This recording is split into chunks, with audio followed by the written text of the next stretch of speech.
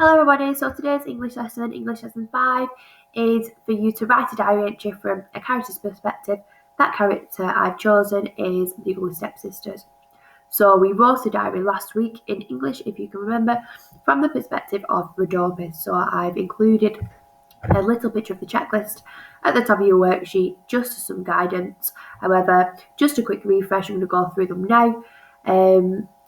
The first one is specific diary features. So, for example, the day diary and a sign-off. Remember, the sign-off doesn't necessarily need to be just the name. It can be phrases such as, I'll write again soon, or I hope tomorrow's a better day. First person, so you are the Ugly Stepsisters, so you're writing it from your perspective, so you're putting their head on your shoulders and you are them. You'll be using the words I, me, my, we, our. You are also going to be writing in past tense about events that have already happened. So you can imagine you're sat, you've come home from your day and you sat writing about things that have happened to you that day or the previous day, so they've already happened. Chronological order, so that is just in time order of when they happened.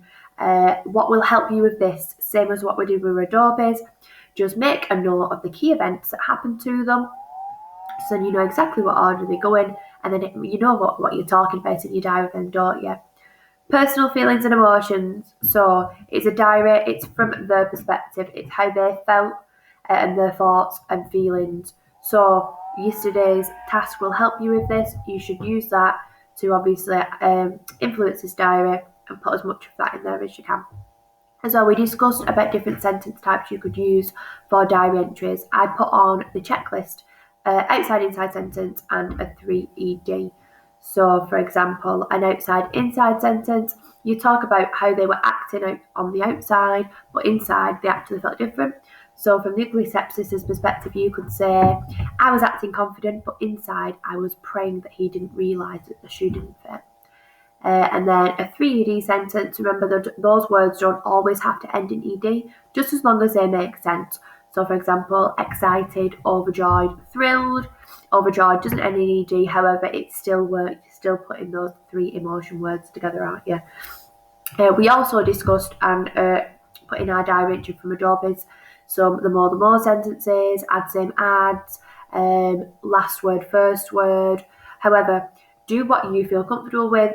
If you don't feel comfortable using the other sentences, just stick to those two that I've put on there and work through the checklist. Once you've finished writing, tick the features that you've used.